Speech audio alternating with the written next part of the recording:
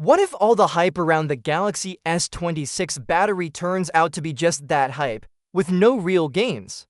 That's the fear growing among Samsung fans after recent reports hinted at a so-called breakthrough, only to follow it with silence about actual battery size improvements. The big news was that Samsung might team up with South Korea's ITM Semiconductor to develop better battery using something called epoxy molding compound.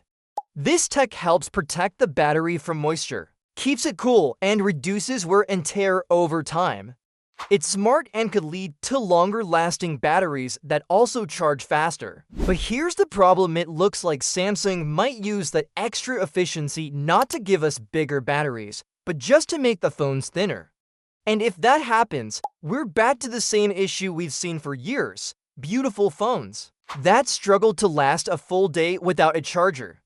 Many people expected the Galaxy S26 to finally bring a major battery upgrade, possibly more than the Galaxy S25's roughly 3,900 mAh cell. But now, the latest talk says we may just get the same capacity, just wrapped in a different explanation, something like innovative thermal protection, while the battery size stays the same.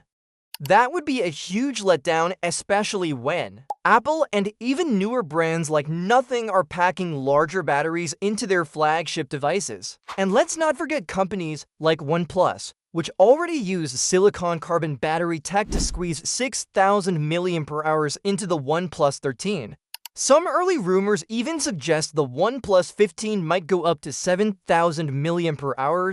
Meanwhile, Samsung seems stuck. If it uses this new battery circuit technology to shave off millimeters and promote the Galaxy S26 as a slim device, many will see it as a missed opportunity. The worst part, they've done this before. The Galaxy S25 Edge focused on being thin and stylish but didn't exactly win over buyers with battery life. It seems like Samsung hasn't learned the lesson. They think people want ultra-thin phones, when what many of us really want is a phone that can last all day or longer. The smarter move would be to use the improved thermal and safety features to pack in a larger battery, even if it means keeping the phone's thickness the same. It would make a bigger impact and bring Samsung closer to truly competing with the high-capacity flagships from China. The Galaxy S26 Ultra, Samsung's top-tier model, doesn't do much better either. Rumors say it will stick with the same 5,000 mAh battery that's been in every Ultra model since the Galaxy S20 Ultra. Yes, power efficiency in chips has improved and software is smarter now. But if other companies are increasing battery size year by year, Samsung's standing still just doesn't look good. It raises a bigger question about innovation. If they could offer 5,000 mAh in 2020, why can't they improve on it in 2026? Holding back like this might help make the phone lighter or thinner, but it doesn't help users who want more screen time, longer gaming sessions, and fewer charging breaks. And for a brand that wants to lead the premium market, that's not enough. The real test will come when people see through the marketing and start comparing actual numbers. Will customers be okay with another year of 5,000 mAh while rivals climb to 6,000 or even 7,000? Time will tell. But Samsung has a choice to make: follow the obsession with slim phones or give users what they really need. If this breakdown helped you see what's really going on with the Galaxy S26, hit that like button and subscribe for more updates without the noise. Could Samsung's trifold phone end up being a letdown before it even hits the market? For years, fans have been eagerly waiting for Samsung's next big move in the foldable phone world. After the flips and the foldable book-style designs, the buzz has now turned to something even more exciting: a trifold.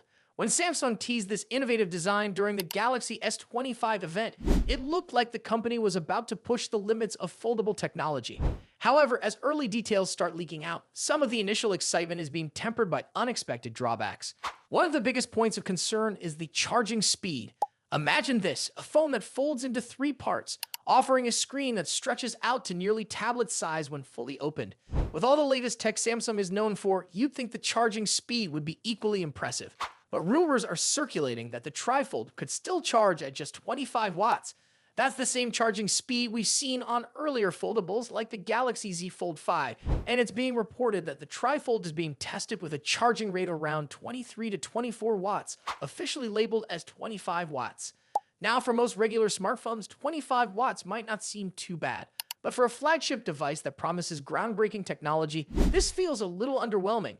The situation becomes even more puzzling when you consider that some of Samsung's more affordable phones, such as the Galaxy S26 and A36, already support faster charging speeds of 45 watts. Why then would Samsung hold back on this critical feature for its most advanced foldable model? One possible reason could be Samsung's cautious approach to battery management. Foldable devices come with their own set of challenges due to their complex designs, and there's always a concern about heat buildup and long-term battery health. By sticking with a slower charging speed, Samsung may be trying to avoid potential issues down the road. But for a device that's expected to be a significant step forward in foldable tech, this slow charging speed could feel like a step backward for some users. But charging isn't the only place where Samsung might be playing it safe. Another leak suggests that the Trifold phone could forego the under-display camera, a feature that has been a signature element of recent foldable devices. Instead, Samsung might stick with a more traditional camera setup. While this is not a deal-breaker, it does raise questions about whether the Trifold will offer the same level of innovation that people have come to expect from Samsung's foldable phones. On the bright side, there are still some exciting features to look forward to. The main screen is expected to be around 10 inches when fully unfolded, which would put it into tablet territory. This could offer users the best of both worlds. A compact phone when folded and a full-sized tablet when opened. The outer screen, meanwhile, is rumored to be 6.49 inches, which is similar to the size of the Galaxy Z Fold 7. So, in terms of display size, the Trifold could offer impressive versatility for those who want a large screen in a foldable form. However, hardware alone isn't always enough to create a standout device. It's the smaller details, things like camera features, charging speeds, and performance enhancements that make a real difference. If Samsung doesn't improve in these areas, the Trifold could end up feeling like a great idea with too many compromises. That's especially true when other companies are pushing the envelope with their own foldable designs, making it even more important for Samsung to get these key features right. As for the release date, the latest rumors point to a launch sometime later this year, likely between October and December. If all goes according to plan, it could be available in stores before the end of the year or early next year at the latest. Until then, we'll have to wait and see how the device shapes up. To stay updated on all things tech, make sure to like this video and subscribe to the channel. There's plenty more to come. Apple might be making a bold design shift with the iPhone 17 Pro, and not everyone is happy about it. A newly leaked case render has sparked debate due to a noticeable inconsistency. Shared by leaker Majin Buu, the image shows a camera bar that doesn't extend fully across the phone's back, contradicting previous CAD-based leaks that suggested a full-width design. After users pointed out the discrepancy, Majin Buu acknowledged the possibility of an error in the render and reassured that the final design should match the CAD models, with the camera bar stretching from edge to edge. While occasional mistakes and leaks aren't unusual, this has led to discussions about how reliable the latest information really is. The iPhone 17 Pro's camera setup is expected to introduce some significant upgrades. Reports indicate that it will feature a 48-megapixel wide